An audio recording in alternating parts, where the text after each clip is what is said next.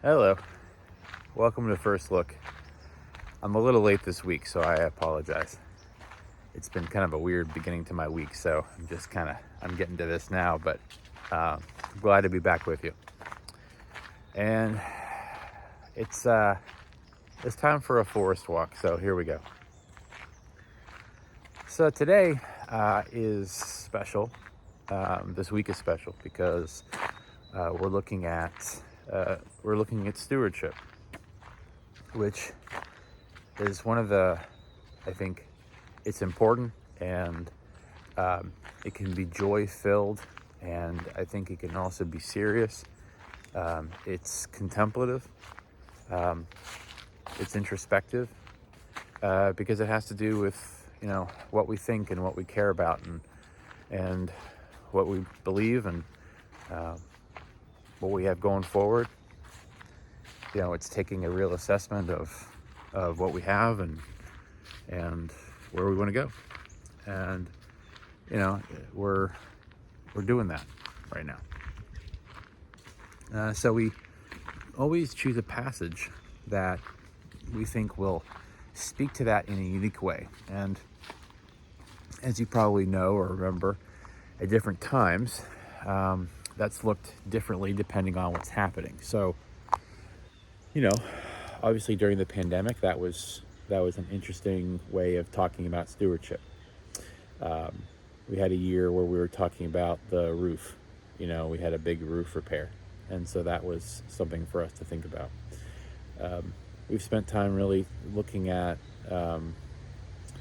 the good that we can do for each other and in community and that kind of thing. And this year, we've been kind of looking at how do we reach out. So that's been a big piece of it. Stewardship as a way of fueling and supporting the way that we can plan on continuing to reach out as a congregation. And some of that was fueled by, just so you kind of know our thinking, some of that was fueled by the fact that we have some new members. Some of that was fueled by efforts that we've been making to make ourselves more known to the, in terms of our neighborhood. Things like, new signage and, inside and outside. And, we are headed into next year, our 100th the beginning of our 100th anniversary celebration. That kind of a year of celebrating. And so we're kind of looking at, how do we continue to, show people in our neighborhood that we care, and that we want to be a place of refuge and sanctuary for, anyone who is looking. And so we chose this text that we thought really spoke to that simply, but thoughtfully and kind of explicitly. So I thought what I would do is spend a little bit of time just kind of talking about that particular text and why we think it's significant. So I don't have it on me because, again, I'm walking, but it's Isaiah 12, and I think we chose verses 2 through 6, but really if you read that first half of the verse or the chapter, you'll kind of get an understanding of where we are. So I'll have to paraphrase it for you here, but you can pause this, and I'll do my pause face.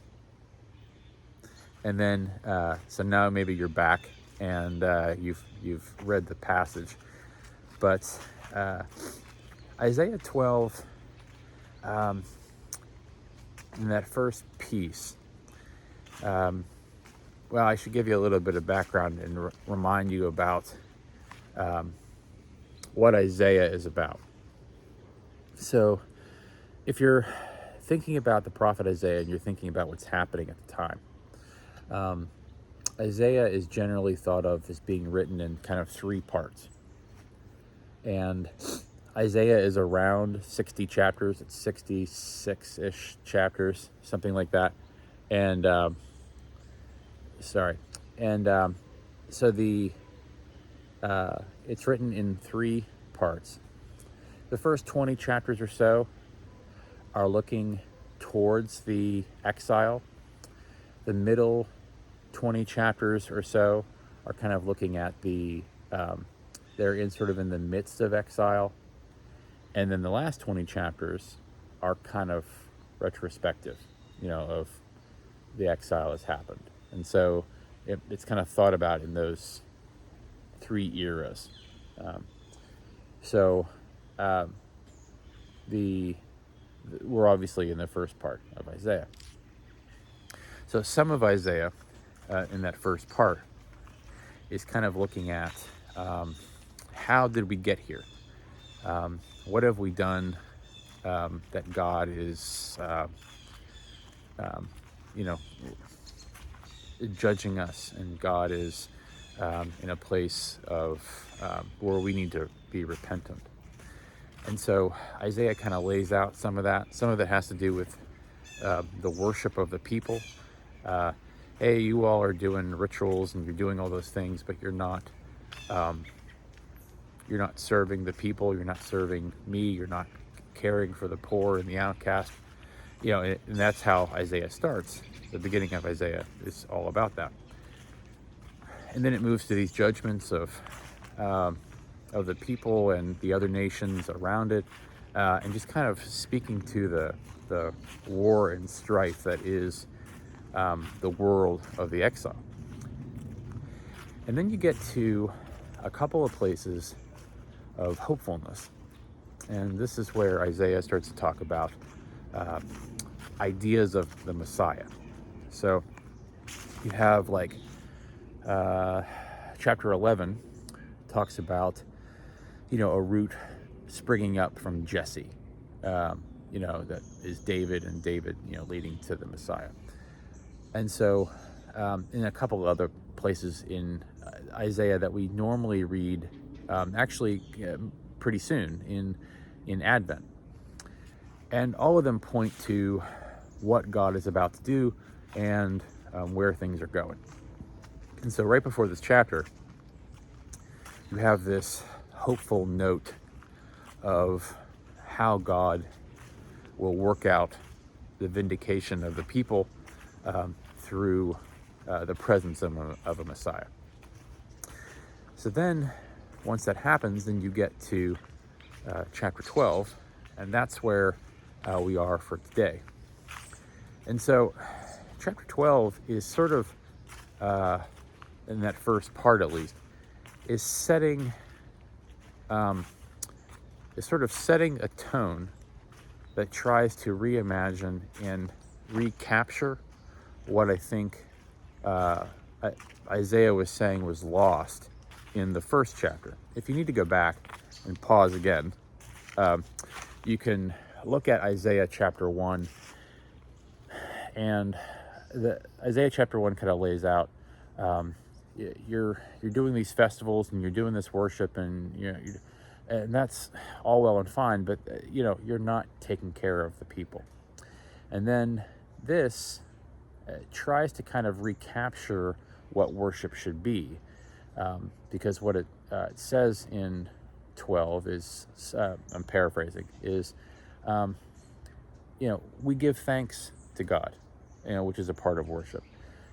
We are thankful for what we have been given. We are thankful for what is, and we will share that knowledge. We will share that experience with the nations. We will share that with all who are around us. So that's the idea. And that's the context in which all of this is written. And so some of it is recognizing that the road ahead isn't easy, that there is much to do, and that this will not be easy, but that ultimately God's plan for humanity is pointed towards what the Messiah will accomplish, and pointed towards the people being vindicated for all that for all that will happen. And so that's kind of the setting.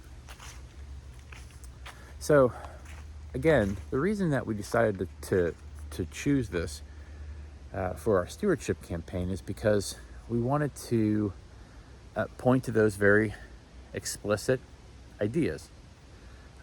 Being thankful for what it is that we have been given, which is a big part of stewardship, and then moving then towards how it is that we are those who reach out to those around us and can't help but share, how we feel about God and what God has done in our midst. And, when we talk about that from a stewardship standpoint, I think that we naturally go and start to think about things that make our church sort of unique to what it is. And, I think there's a lot of things at Northmont that we tend to kind of point to as being unique unto us, or that at least that we are proud of. So usually when I talk to people about, why is Northmont as important to you as it is, they'll talk about relationships, and that's a extraordinarily good reason to talk about your church positively, is the relationships that you build, because that's the part of community that is really priceless. When I talk to people who have either been here for a long time or a short time, what they say is that the people around them connected with them. And I think that speaks to, some of it speaks to, I think, just who people are individually, certainly. People are warm and caring, and they want to be here, and they get up and do this with us every week, and that's important to them. But I think it also speaks to the kind of the culture that you all have created, one where people can feel like they have a lot of points of entry, so to speak, when it comes to how they can feel a part of this. Clearly Northmont has changed, over the last 50 years, as almost every church has. Every church is different. Some of that is attendance or size or what have you. It sort of keeps pace with the way that culture kind of sees church and all that. And we know all that. We know all that's true. But the churches that continue to be kind of welcoming, invitational places where people want to continue to be and want to continue to worship, are also places where people can feel like they have a way of fitting in naturally, where they don't have to feel like they have to earn a spot or assimilate into what's going on in that place in order to have a place. Case in point, one of our newest members is named Jason, and Jason is a painter by trade, and he has done some extraordinarily wonderful work in the church, just applying his skills to this place. And Jason is someone who grew up in the church and who's back, but has just applied something kind of wonderful to what this place looks like, because he cares about it. And he wasn't asked to do that. He wasn't, and it's not because he got roped into some committee.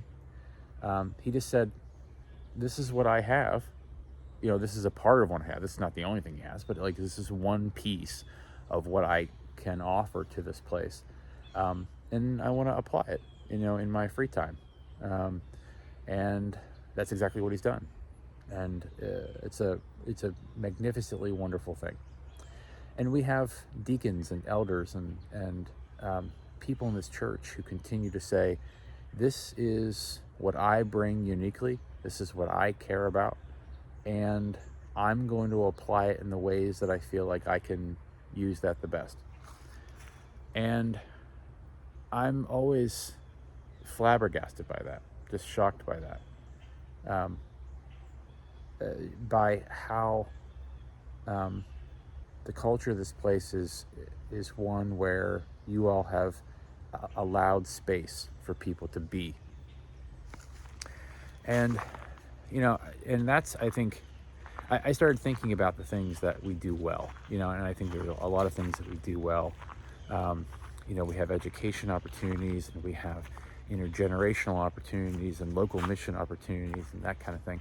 We have a fantastic music and choir, and we've talked about that, a lot, and for good reason that we've talked about it a lot. And some of those things are unique, but some of them are just particular skill sets. There are other churches that do those things well, but those happen to be the things that we do well. And, I think we've switched to a model over the last few years where, our youth and children's programs are very individual and very relationship based. They're not program based. It's not about like, oh, we do this big program for kids and it's the program that makes it special. It's the relationships that make it special, and we've spent a lot of time thinking about, how we individualize the way we do youth work, especially because we can, because we have the people in this church who are dedicated to those names specifically. We model things, we choose mission opportunities, we choose programs and retreats and other things very in a very one-on-one kind of way. And if we had a different type of group or different individual kids, we would choose other things. We would do other stuff based on that. We're not doing things based on, well, that we think this concept is good, and so we're going to make the kids sort of adapt to that concept. It's the other way around. These are the kids that we want to serve. These are the kids that we have here. These are the youth, and here are their interests, and here's what they're good at, and here's what they can do. And so let's make a program. Let's make an opportunity that fits that. And I think that's unique unto us. But I've been very proud of the fact that Northmont is a place especially because it's diverse in terms of its collective ideologies, where we have people on both sides of the aisle, so to speak, both politically and theologically, where we say unapologetically, come as you are. Explore your faith on your own terms, and we'll help you with that, and we'll meet you where you are, and we'll allow you to explore that in your own time and at your own pace and in the way that you want to. And we're not going to tell you, oh, well, this is the way that we think about God, and you have to think about God in those terms. You have to believe X, Y, and Z in a very formatted, bullet pointed, sign on the dotted line kind of way. I recognize, the session recognizes, the church recognizes that's that there are other churches that I think do well in doing that. They have the kind of setup where they say, hey, we are unapologetically very conservative or very progressive or whatever. And that works for them because that's the identity that they have sown. But that's not where I see Northmont. And I think, I think that leaves open a lot of possibility for us. I think it leaves open a lot of opportunity to for each person that comes through those doors to say, there's a place for you here as much as there's a place for me here. And I have loved being able to do that and to help foster that, which doesn't happen unless the collective do that work. And I think that's been an exciting thing. And so when it comes to this passage, this Isaiah passage where it talks about the thanksgiving that we have for what God is doing, and then sharing that with the people around us,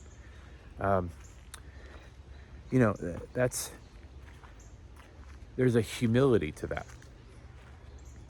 And I think that's I think one of the reasons why I like the fact that we're using this Isaiah passage is that there's also a kind of humility to the ways that I think Isaiah is asking the people to be thankful and to reach out. Because, again, the story of Isaiah is about one where things are not perfect. He's looking ahead to the fact that this exile is coming, but he's also looking ahead to the promises that God is going to be keeping through the presence of a Messiah. And knowing that thanksgiving, that thankfulness, and that outpouring, that outreach to the people around them doesn't come with power and might, doesn't come with this big pride in who they are, but it's really them reacting to the grace and compassion and love that God has shown to them, despite the places where they have stumbled, despite the places where they've fallen short and not known, where to go or what to do. That God continues to provide, and God continues to lift them up, and God sees something unique and special in them that perhaps that they have at times forgotten or put down. And that's the amazing gift of it. And I think that's the part that you realize makes what they are sharing a gift, because they recognize that it's not something that they've earned all unto themselves, and they're willing to talk about that and be real about that, because the people that they're going to share it with, you would imagine, could be feeling and experiencing life in much the same way. And so I'm always fascinated by stewardship, because because it is we are conditioned to not want to talk about the finances, because and the resources that we have available to us. We talk about it in very inclusive terms. When we talk about stewardship, we talk about not only the financial resources, but the time resources, the talent resources. We talk about it in those terms, and those are all true. But I think that there is a real sensitivity to how we talk about any and all of that,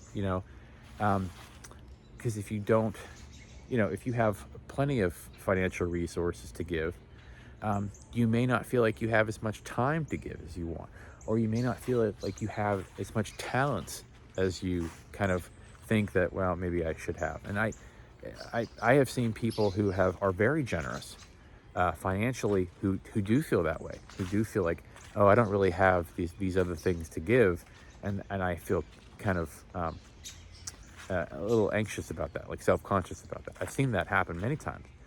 And I've seen on the other end people who feel like they have lots of talents to share, but don't have the financial resources to share, and that makes them feel self-conscious.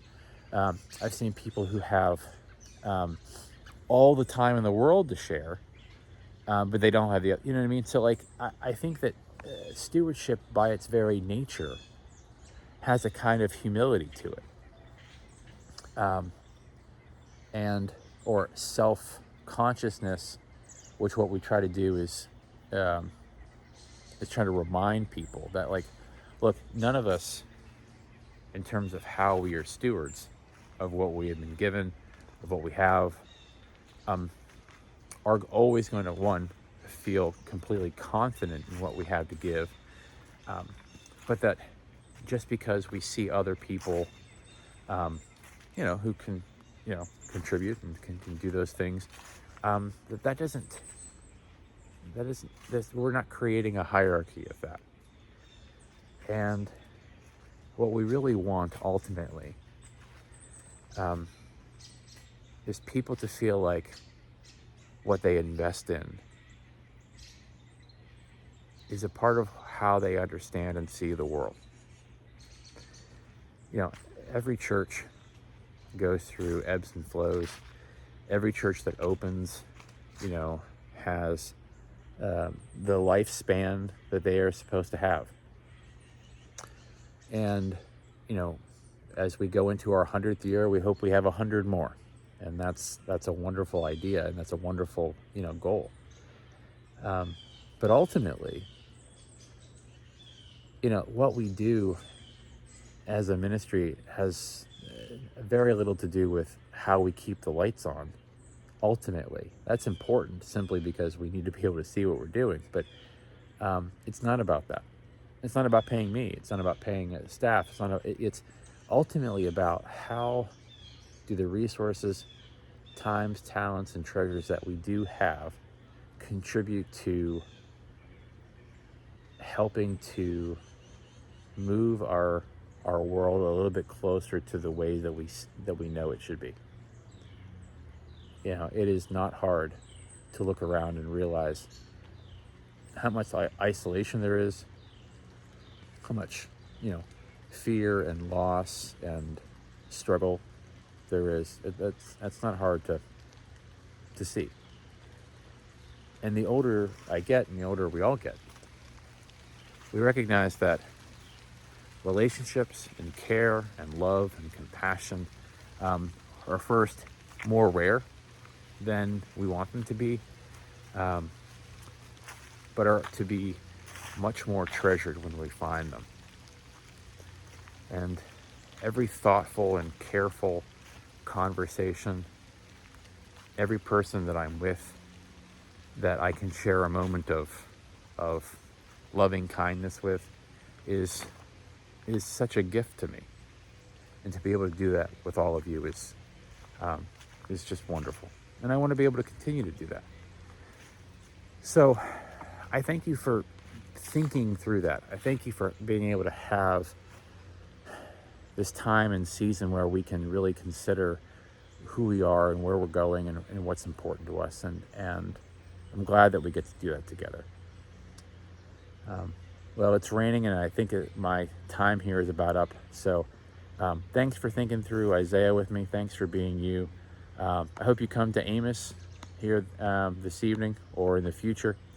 And looking forward to having a good week with you. So have a good day, and I'll see you next time for another First Look.